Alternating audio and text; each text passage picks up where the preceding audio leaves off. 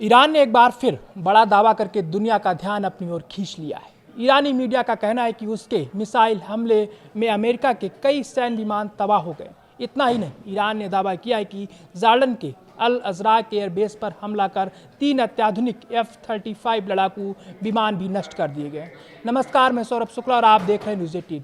मध्य पूर्व में तनाव लगातार बढ़ता जा रहा है। एक तरफ ईरान बड़े बड़े दावे कर रहा है, दूसरी तरफ अमेरिका हर दावे को झूठ बता रहा है। अब इस पूरे मामले में इराक की एंट्री ने नया बवाल खड़ा कर दिया। डोनाल्ड ट्रंप ने कहा कि इराक की जानकारी में कार्रवाई हुई, लेकिन इराक ने खुलकर कह दिया ऐसा कुछ हुआ ही नहीं है। आखिर सच क्या है? कौन सच बोल रहा है और कौन दुनिया को भ्रम में डाल रहा है?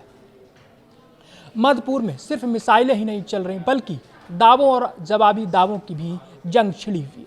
सबसे पहले बात ईरान के दावे की करते हैं। ईरानी मीडिया ने दावा किया कि उसके मिसाइल हमले में अमेरिका के कई सैन्य विमान तबाह हो गए। यहाँ तक कि 3 F-35 लड़ाकू विमान भी नष्ट कर दिए गए। लेकिन अमेरिकी सेंट्रल कमांड यानी सेंटॉम ने इस दावे को पूरी तरह खारिज कर दिया। अमेरिकी सेना का कहना है कि हालिया ईरानी हमलों में किसी भी अमेरिकी विमान को कोई नुकसान नहीं पहुंचा और F-35 विमान तबाह होने की खबर पूरी तरह गलत है। ईरान का दावा है कि उसने जॉर्डन के अल अजराक एयरबेस को निशाना बनाया था, लेकिन अमेरिका कह रहा है कि वहां भी ईरान अपने दावों को साबित नहीं कर पाया। यानी एक तरफ ईरान अपनी ताकत दिखा रहा है, तो दूसरी तरफ अमेरिका हर दावे को झूठ बता रहा है।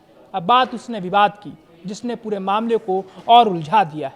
डोनाल्ड ट्रंप ने दावा किया कि अमेरिका और सऊदी अरब ने इराक में ईरान समर्थित गुटों पर जो कार्रवाई की, वह इराक सरकार के साथ बातचीत और समन्वय के बाद की गई है। लेकिन ट्रंप के इस बयान के कुछ ही घंटे बाद इराक सरकार सामने आ गई। सरकारी प्रवक्ता हैदर अल अबौदी ने साफ कहा, इराक सरकार को इन हमलों की पहले से कोई जानकारी नहीं थी। सरकार ने किसी भी सैन्य कार्रवाई की मंजूरी नहीं दी और इराक का इस पूरे ऑपरेशन से कोई संबंध नहीं। यानी ट्रंप कुछ और कह रहे हैं और इराक कुछ और। अब सवाल उठ रहा है, आखिर सच कौन बोल रहा है? दरअसल कुछ दिन पहले ही इराक के प्रधानमंत्री अली अल जैदी अमेरिका गए थे, जहां उनकी मुलाकात डोनाल्ड ट्रंप से हुई थी। यहीं से चर्चाओं का दौर शुरू हुआ। कयास लगाए जाने लगे कि क्या इराक ने अमेरिका और सऊदी अरब की कोई मदद दी थी, और अब ईरान के गुस्से से बचने के लिए क्या इराक खुद को अलग दिखाने की कोशिश कर रहा है? हालांकि इन सवालों का भी कोई आधिकारिक जवाब नहीं है, लेकिन इतना जरूर है कि इराक ने ट्रंप के दावे को सार्वजनिक तौर पर नकार दिया है।